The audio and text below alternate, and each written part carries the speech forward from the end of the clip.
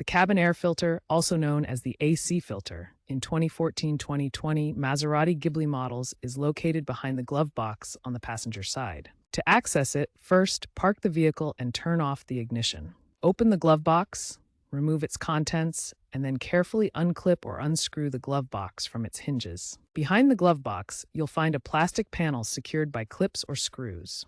Remove this panel to expose the filter housing. Slide out the old filter, noting the direction of the airflow arrows printed on the side. This is important for installing the new filter correctly. A clogged filter reduces airflow, impacting HVAC efficiency and cabin air quality. With the old filter removed, insert the new cabin air filter into the housing, ensuring the airflow arrows match the direction you noted earlier.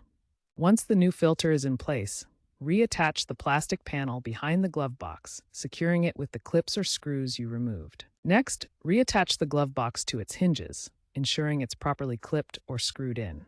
Finally, replace the contents of the glove box. Consider upgrading to a high-efficiency particulate air filter or activated carbon filter for improved protection against pollutants and odors. Replacing the filter regularly, every 12,000 to 15,000 miles or annually, improves air quality and HVAC performance.